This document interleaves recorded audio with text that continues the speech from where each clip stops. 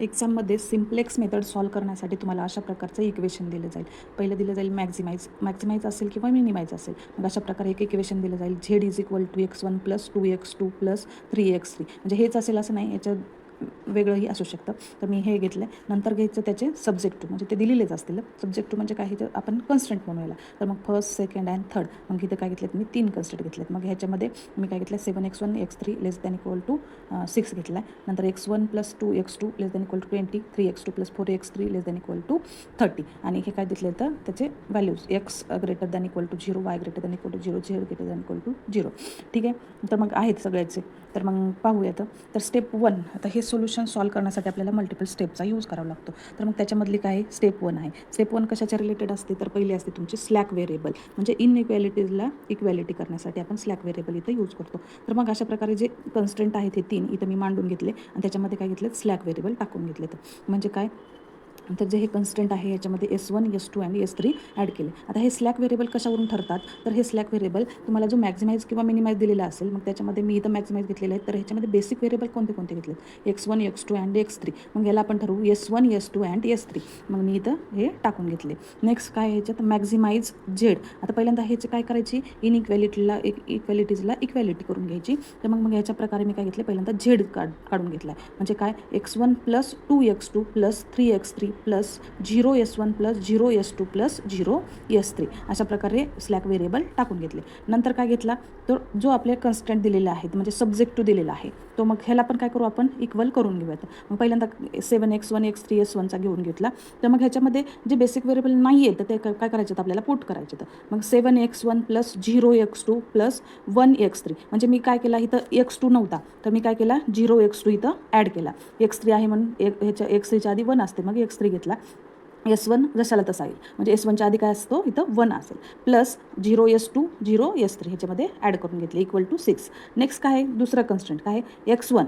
मग x1च्या आधी काय असेल 1 असेल. प्लस 2x2 प्लस काय घेतला x3 नाही म्हणून मी इथं काय घेतला पुट केला, काय 0x3 प्लस 0s1 आणि हे पण पुट केल्यानंतर काय घेतलं S2 जशाला तसं आहे म्हणून इथं 1s2 plus 0s3 is equal to 20. मग थर्ड याच्यामध्ये पाहूया, तर ह्याच्यामध्ये x1 नाही तर मी काय केलं 0x1 पुट केला, 3x2 4x3 0s1 0s2 आणि काय आहे S3च्या आधी 1 आहे म्हणून इथं 1s3 इज इक्वल टू 30 घेतला.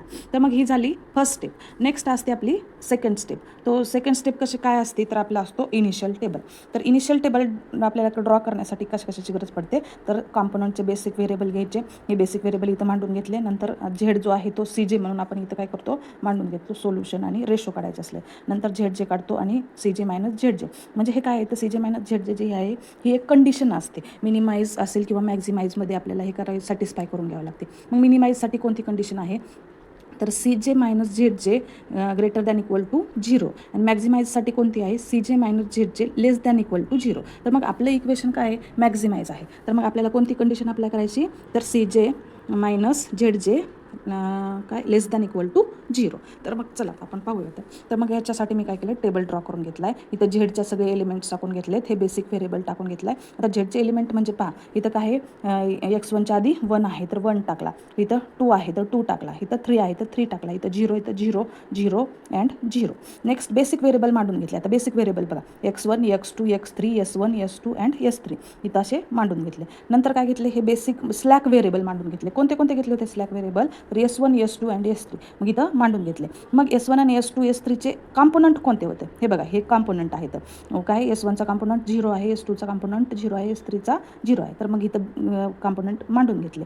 तर मग हे जे आहेत हे काय आहेत, ह्याचे कॉम्पोनंट आहेत. म्हणजे काय आहेत, कन्स्टंटचे कॉम्पोनंट घेतले म्हणजे सब्जेक्टिव्ह. तर मग इथं 7 घेतला, हा वाला 0 घेतला, इथं काय 1 आहे 1 घेतला, इथं 1 आहे 1 घेतला, इथं 0 आहे 0 आहे 0 आहे 0 मांडून घेतला आणि इक्वल टू इथं सोल्युशनमध्ये मांडून घेतलं. नंतर दुसऱ्याचं बघा, इथं 1 आहे 1 घेतला, 2 2 0 0 0 0 1 1 0 0. ठीक आहे. नंतर घेतला S3चा. S3 म्हणजे काय, हा वाला म्हणजे पहिला 0 आहे, नंतर 3 आहे, नंतर 4 आहे, परत 0 आहे 0 आहे आणि 1 आहे, हे मांडून घेतलं. मग अशा प्रकारे हे काय घेतलं, सध्या इनिशियल टेबल मांडून घेतलं. मग ह्याच्यामध्ये आपल्याला काय करायचं आहे, ZJ काढायचं असतं. मग ZJ काढण्यासाठी काय असतं, अशा प्रकारचा फॉर्म्युला असतो. ZJ is equal to component basic. म्हणजे कॉम्पोनंट बेसिक म्हणजे काय बघा, हे 0 0 0 मल्टिप्लाइड बाय ऑल कॉलम्स. म्हणजे ऑल कॉलम्सला काय करायचं, मल्टिप्लाय करायचं आणि त्याचं काय करायचं इथं प्लस करायचं. मग बघा आता मी करून घेतलं इथं बघा एक्झाम्पल एक सांगते तुम्हाला. इथं 0 पहिला आहे, 0 मल्टिप्लाय आहे, नंतर ऑल कॉलम्स म्हणजे हे प्रत्येक कॉलम्सला काय करायचं मल्टिप्लाय करून घ्यायचं आपल्याला. तर मग 0 मल्टिप्लाइड 7, 0 मल्टिप्लाइड 7 प्लस दुसरा 0 मल्टिप्लाइड 1. आता हे सगळे 1 0 0च कॉलम आहेत. परत आपण पाहूयात. नंतर काय घेतलं 0 मल्टिप्लाइड 1 घेतला प्लस 0 मल्टिप्लाइड काय घेतला 0 घेतला. मग ह्याचं सगळं 0 0 असल्यामुळे काय आलं इथं झेड जे काय आलं आपला 0 आला. त्याचप्रमाणे काय करायचे सगळे कॉलमने काय करायचे मल्टिप्लाय करून घ्यायचे. म्हणजे हा आपल्याला काय होईल प्रत्येकाला इथं तुमचं सोल्युशन भेटेल. आता इथं 0 असल्यामुळे इथं आपल्याला कुठली व्हॅल्यू आपल्याला जास्त काढण्याची गरज पडत नाही, कारण ह्याची 0च येणार आहे आपल्याला माहीत आहे.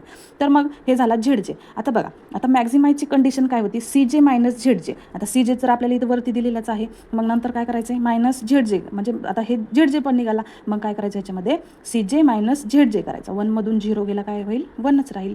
2मधून 0 गेला काय होईल 2 राहील. 3मधून 0 गेला 3, 0मधून 0 गेला 0, 0मधून 0, 0मधून 0.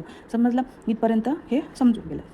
नेक्स्ट आता आपण काय करू ह्याचा रेशो काढून घेऊ. आता रेशो काढण्यासाठी काय करायचं आपल्याला पहा. तर रेशो काढण्यासाठी काय असते काय कंडिशन असतात. मग कंडिशन कोणत्या कोणत्या असतात तर आता आपल्याला त्याच्यामध्ये काय असतं 3 एक की एलिमेंट काढायचा असतो, की कॉलम काढायचा असतो आणि की रो काढायचा असतो. ठीक आहे. तर मग ह्याच्यामध्ये आपल्याला काय करायचे आता हे कसं ठरवायचं. तर मग सी जे मायनस झेड जेमध्ये सगळ्यात मॅक्झिमम व्हॅल्यू कोणती आली. आता बघा सी जे मायनस झेड जेमध्ये सगळ्यात मॅक्झिमम व्हॅल्यू कोणती आली 3 आली. मग त्याच्यावरचे जे एलिमेंट्स आहेत सगळे ह्याला काय करायचं हे कॉलम ठरवायचा. मग हे मी काय केलं इथं कॉलम ठरवून दिला. म्हणजे हा काय निघाला तुमचा तर की कॉलम निघाला. काय सी जे मायनस झेड जे म्हणजे काय त्याच्यातली मॅक्झिमम व्हॅल्यू. मग हे काय झालं हे मी कॉलम ठरवला. ठीक आहे. नंतर काय करायचं मग रो ठरवण्यासाठी आपल्याला काय करायचं त्याचा रेशो काढायचा असतो. आता रो ठरवण्यासाठी काय करायचं आपल्याला रेशो काढायचा. कशा प्रकारे रेशो काढतो आपण तर मग हे कॉलम निघलेलं आहे ना त्याच्यामध्ये 6 डिवायडेड बाय 1 करायचा. म्हणजे किती आला आपला इथं 6 आला. नंतर दुसरा घेतला 20 डिवायडेड बाय काय करायचा 0 घेतला. म्हणजे इन्फिनाइट इथं 0च असतो. म्हणजे इथं काहीच लिहायची गरज नाही आपल्याला. नंतर पाहायचा 30 डिवायडेड बाय काय करायचं 4 करायचं. म्हणजे इथं काय 7.5 होईल. तर ठीक आहे हे झाला रेशो. आता आपल्याला काय करायचे रो ठरवायचे. आपल्याला काय की रो ठरवायची. आता की रो ठरवण्यासाठी म्हणजे रेशोमधली मिनिमम व्हॅल्यू कोणती आहे. आता रेशोमध्ये सर्वात मिनिमम व्हॅल्यू काय ह्याला तर कन्सिडर करायची गरजच नाही. 6 आणि 7मधली मिनिमम व्हॅल्यू कोणती आपली 6 आली. तर मग ह्या रोला काय करायचं की रो म्हणून कन्सिडर करायचं. 7 टू अशा केली. हे झाला की कॉलम, हा झाला की रो. आता आपल्याला राहिला की एलिमेंट. आता की एलिमेंट म्हणजे काय ह्या की आणि कॉलम आणि की रोमध्ये इंटरसेक्ट होणारा एलिमेंट पकडायचा. मग कोणता आहे 1 आहे. मग आपला 1 काय झाला तुमचा इथं बघा 1 झाला तुमचा की एलिमेंट, ही झाली तुमची की रो आणि हा झाला तुमचा की कॉलम. मग अशा प्रकारे ही स्टेप निघाली. नंतरची स्टेप पाहायची आपल्याला काय स्टेपमध्ये काय असते तर मग स्टेप 4 आहे. आता त्याच्यामध्ये 2 व्हेरिएबल आपल्याला काढायचे असतात. आता 2 व्हेरिएबल कोणते कोणते असतात. पहिली असते लिव्हिंग व्हेरिएबल आणि दुसरी असते एंटरिंग व्हेरिएबल. तर मग लिव्हिंग व्हेरिएबल आणि एंटरिंग व्हेरिएबलचे काय आता हे ठरवण्यासाठी काहीतरी कंडिशन अप्लाय करायचे असतात. मग एंटरिंग व्हेरिएबल कशा प्रकारे ठरवायचा बघा. इथं कॉलमच्या वरतीचा बेसिक व्हेरिएबल x3 निघाला. म्हणजे हा झाला तुमचा एंटरिंग व्हेरिएबल. आणि लिव्हिंग व्हेरिएबल कसा ठरवायचा रोच्या आधीचा बेसिक व्हेरिएबल कोणता आहे तर S1 आहे. बघा कॉलमच्या आधी कोणता आहे x3 आहे आणि रोच्या आधीचा कोणता आहे S1 आहे. मग हा झाला तुमचा एंटरिंग व्हेरिएबल आणि हा झाला तुमचा लिव्हिंग व्हेरिएबल. म्हणजे काय x3 कुठं एंटर करणार S1च्या जागी आणि S1 काय होणार लिव्ह होणार म्हणजे निघून जाणार. मग हे कशासाठी यूज व्हायचं तर मग आपल्याला काय इटरेशन. मग सध्या आपली इथं काय कंडिशन सॅटिस्फाय झाली नाही. कंडिशन कोणती आहे आपली सी जे मायनस झेड जे लेस दॅन इक्वल टू 0. बघा कंडिशन कुठं सॅटिस्फाय झाली का ह्याच्यामध्ये नाही, कारण हे सगळ्या पॉझिटिव्ह व्हॅल्यू येतं. आपल्याला लेस दॅन 0 काढायचे म्हणजे इथं मायनस करायचे. मग आपली कंडिशन सॅटिस्फाय झाली नाही तर मग ह्याच्यासाठी काय करतो आपण इटरेशनचा यूज करतो. मग ह्या आयट्रेशन काढण्यासाठी आपल्याला काय लिव्हिंग आणि एंटरिंग व्हेरिएबलचा यूज होतो. मग अशा प्रकारे हे काय आहेत ह्याचे कंडिशन्स आहेत. नंतर आता पुढं पाहूयात हे दुसरं आयट्रेशन टेबल कशा प्रकारे काढतो. तर पहा तर आयट्रेशन टेबल काढण्यासाठी आपल्याला कशाची गरज पडेल. पहिला टेबल आणि नेक्स्ट आपण दुसरा टेबल ड्रॉ करणार आहोत. आता पहा दुसऱ्या टेबलमध्ये मी पण काय घेतलं आहे जसं तसे हे कॉम्पोनंट वगैरे टाकून घेतले. तर आता इथं काय झालं बघा. आता तुम्ही एंटरिंग व्हेरिएबल कोणता घेतला आहे आपण इथं एंटरिंग व्हेरिएबल आहे आपला तर x3 आहे की नाही. मग x3 हा तुमचा एंटरिंग व्हेरिएबल झाला आहे की नाही एंटरिंग. आणि S1 झाला तुमचा लिव्हिंग व्हेरिएबल. मग आता त्याप्रमाणे आपण इथं फर्स्ट आयट्रेशन काढण्यासाठी आपल्याला कशाची गरज पडते तर तुमच्या एंटरिंग व्हॅल्यूची एंटरिंग व्हेरिएबल अँड दी तुमचं लिव्हिंग व्हेरिएबल. तर x3 आहे तुमचं एंटरिंग व्हेरिएबल, S1 आला तुमचा लिव्हिंग व्हेरिएबल. तर चला टेबल पाहूयात आपण. तर हे वरचं जसं पहिल्या टेबलमध्ये होतं जसं तसं आपण लिहून घेतलं, सेम टेबल तसं. आता पहा इथे एंटरिंग व्हेरिएबल आपला S3 आला, म्हणजे कोण S1 काय झाला त्याच्यामधून लिव्ह झाला. तर मग S3, S2 अँड S3 मग इकडचे जशाच तसे एलिमेंट लिहून घेऊयात. आता हा टेबल हे कॉम्पोनंट लिहिण्यासाठी आपल्याला काय करायचे असते, तर इकडचा जो की रो आलेला आहे, की रोला काय करायचं आहे 1ने डिवाईड करायचं आहे. तर बघा 7 डिवायडेड बाय 1 केला तर काय राहतो, 7च राहतो. 0 डिवायडेड बाय 1 केला तर काय येईल तुमचा 0च राहणार. मग 1 डिवायडेड बाय 1 केला तर 1 राहतो. 1 डिवायडेड बाय 1 केला तर इकडं काय होईल तुमचा 1च राहील. आणि 0 डिवायडेड बाय 1 केला तरी काय राहील तुमचा 0च राहील. अँड दी इकडं 7 divided by sorry 0 divided by 1 केला तरी 0च राहणार आहे. तर मग हे झालं तसं आपलं काय करू, 6 डिवायडेड बाय 1 केलं तर इथं 6च राहणार आहे. मग अशा प्रकारे x3 निघालं. तर मग आता S2 काढण्यासाठी आपल्याला काय करायचं आहे, एक न्यू फॉर्म्युला यूज करायचा आहे. मग न्यू फॉर्म्युला काय आहे, new value is equal to old value minus key row into key column divided by key element. तर की रो की कॉलम आपण पाहिलेलेच आहेत. बघा हा आहे तुमची की रो निघाली, ही आहे तुमचा की कॉलम, आणि काय असेल S2चा आहे हे नवीन कॉम्पोनंट जुने कॉम्पोनंट मांडून घ्यायचे. बघा ओल्ड, मग ही S2चा पहिला एलिमेंट कोणता आहे 1 आहे. मग इथं ओल्डच्या जागी काय टाकला 1 टाकला, मायनस की रो कोणती आहे आपली, बघा कॉम्पोनंट कोणता आहे 7 आहे, इथं 7 घेतला आहे, इंटू की कॉलम. तर की कॉलममधला काय झाला आपला याच्यातला रो ते कॉलम कोणता आला 0 आला, डिवायडेड बाय केलं की एलिमेंट इंटरॅक्शन इथं 1 घेतला, इज इक्वल टू काय आला आपला 1 आला. तर मग आपण इथं 1 घेतलं. तशाचप्रमाणे आता दुसरी व्हॅल्यू, ओल्ड व्हॅल्यू 2 आहे, 2 टाकली, की कॉलम कोणता आहे 0 आहे, 0 टाकला, इंटू काय घेतलं आहे की रो 0 आहे सॉरी, आणि की कॉलम 0 टाकला. तर मग डिवायडेड बाय की एलिमेंट टाकला, इज इक्वल टू काय आला आपला 2 आला. ठीक आहे. तर अशाप्रमाणे काढून घेतले इथल्या इथं 2 आला. नंतर काय घेतलं थर्डवाली काय 0 नंतर काय आहे तुमचा की रो कोणता येईल तुमचा तर 1 येणार, आणि की कॉलम काय राहणार 0च राहणार. मग याची व्हॅल्यू काय येईल तिथं तुमची 0च येणार. अशा प्रकारे सगळ्या व्हॅल्यू मी काढून घेतल्या. तर आता ही 20ची व्हॅल्यू बघा, जुनी ओल्ड व्हॅल्यू कोणती होती 20 होती, इंटू काय की रोची लास्ट व्हॅल्यू काय घेतली 6 घेतली, की कॉलम कोणता राहणार आहे आपला 0च राहणार आहे. तर मग इथं 0 टाकलं, डिवायडेड बाय 1 केलं तर काय येणार आहे 20. मग ही व्हॅल्यू काय आली आपली इथं 20 आली. मग अशा प्रकारे हे S3 पण त्याच फॉर्म्युल्यानुसार काढून घ्यायचं. काढून घेतल्यानंतर काय करायचं तर ZJ काढायचं. आता ZJ म्हणजे काय तर या कॉलम जे कॉम्पोनंट आहे त्यांनी काय करायचे, या बाकीचे जे कॉलम आहेत त्याला काय करायचं आपल्याला मल्टिप्लाय करायचं, आणि त्याचं प्लस करून इथं काय करतो जसं ह्या टेबलमध्ये ZJ काढला त्याप्रमाणे इथं काढून घेतला.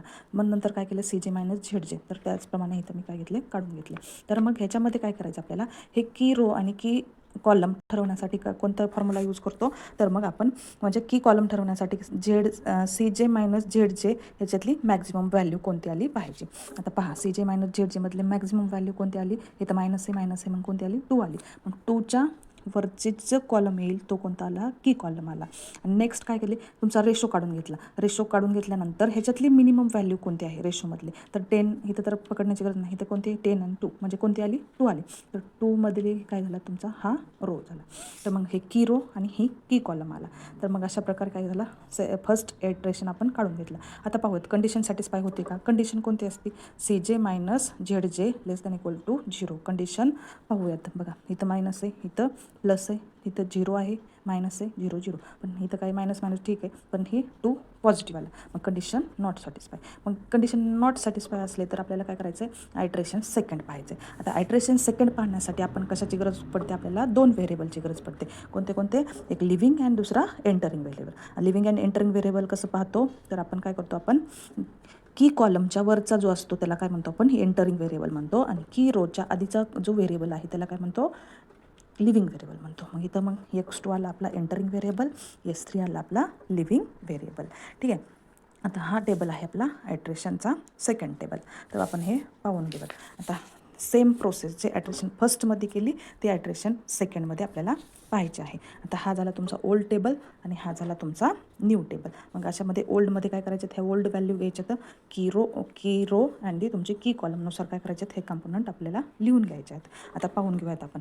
तर बेसिक व्हेरिएबल कोणते तिथं एंटरिंग व्हेरिएबल कोणता पहिला आहे X3. ठीक आहे. मग S2 जशाल तसा X3 आणि इथलं सेम तसंच राहील. नंतर काय करायचं आपल्याला कोणता आला एंटरिंग सध्याचा x2 आला आणि लिव कोणता झाला आपला S3 झाला. मग इथं काय करेल x2 झाला, बाकीचे जसे तसे कंपोनंट लिहून काढले. आता तीच कंडिशन ज्या ह्या टेबलमध्ये यूज केली होती तीच कंडिशन काय करायची इथं यूज करायची. पहिल्यांदा काय करायचे आता 701100 आता ही जशाल तशी आपलं x3 लिहून घ्यायची. तर मग S2 पाहिला होता आपण. मग S2 काय करायचं आता आपली जी रो आहे कोणता ही इथली वाली जी की रो आहे ह्याला आपल्याला जो एंटरिंग म्हणजे इंटरसेक्शन होता आपला म्हणजे की एलिमेंट आला होता ह्याला 1 करण्यासाठी काय करतो आपण त्याच इंटरसेक्शननी काय करतो डिवाइड करतो. मग इथं पहा आपण काय केलं इथं डिवायडेशन करून घेतलं आणि आपला S2 तर तुम्हाला माहिती आहे हे जे फॉर्म्युला आहे याच्यानुसार हा काढून घ्यायचा S2.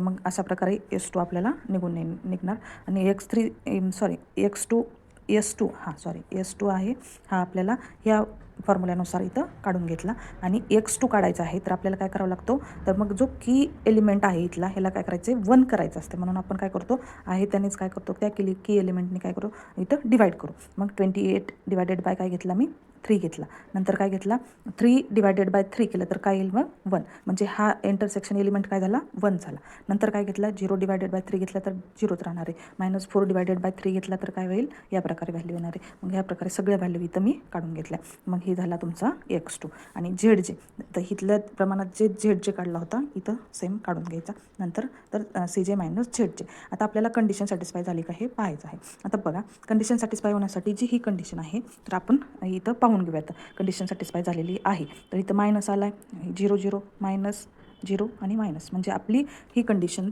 लेस दॅन 0 ही कंडिशन सॅटिस्फाय झाली. तर मग आपल्याला काय करायचं आहे आता हे व्हॅल्यूज काढून घ्यायच्यात. x3ची व्हॅल्यू काय आली आपल्याला 6 आलेली आहे. ठीक आहे आणि x2ची व्हॅल्यू काय आलेली आहे आपल्याला x2ची व्हॅल्यू 2 आलेली आहे. तर मग x1 तर काढायची गरज नव्हती आपल्याला 0 जशाल तसा x1 आलेला होता. तर मग इथं काय केला 0 लिहून घेतला. तर मग अशा प्रकारे ही कंडिशन सॅटिस्फाय झाली आहे. तर मग आपण काय करतो तर आता हे सोल्युशनमध्ये टाकून पाहायचं असतं आपल्याला. तर कोणतं आपलं Z जे आपलं मॅक्झिमाइज दिलेलं आहे त्याच्यामध्ये आपल्याला काय करायची ही सोल्युशनची जी व्हॅल्यू आहे ही किती आली आहे 6 + 16 + 2. तर बघ ह्याचं काय करायचं प्लस करायचं किती येतं इथं 22 येते. मग इथं पहा करून घेतलं. तर आपल्याला सोल्युशन काढण्यासाठी काय करावं लागतं 6 × 3 म्हणजे हे बेसिक एलिमेंट जो आहे काय करायचं 6 × 3 करायचा प्लस काय करायचं 0 × 16 करायचा 2 × काय करायचं आहे 2 करायचं आहे म्हणजे ह्याचं मल्टिप्लिकेशन करायचं म्हणजे जी इथं व्हॅल्यू येणार आहे ती आपण काय करू इथं लिहूयात. ही झाली तुमची म्हणजे व्हॅल्यू सोल्युशनची व्हॅल्यू. तर मग अशा प्रकारे इथं व्हॅल्यू आली. आता ही व्हॅल्यू आपण झेडमध्ये काय करू पुट करूयात म्हणजे जो मॅक्झिमाइज इक्वेशन दिलं होतं काय दिलं होतं x1 + 2x2 + 3x3 म्हणजे इथं x1ची व्हॅल्यू काय आली 0 आली आणि 2 जसं तसं राहिला x2 + 3 × x3ची व्हॅल्यू काय आपली 6 आली. x2ची व्हॅल्यू काय 2 आली x3ची 6 आली. मग अशा प्रकारे बघा ही व्हॅल्यू जशाल तशी 22 आली म्हणजे आपल्या इथं काय झाली कंडिशन सॅटिस्फाय झाली. सेम व्हॅल्यू आली 22. मग अशा प्रकारे काय असतो हा सिम्प्लेक्स मेथड असते लिनियर प्रोग्रामिंगमध्ये आपण यूज करतो सोल्युशन काढण्यासाठी.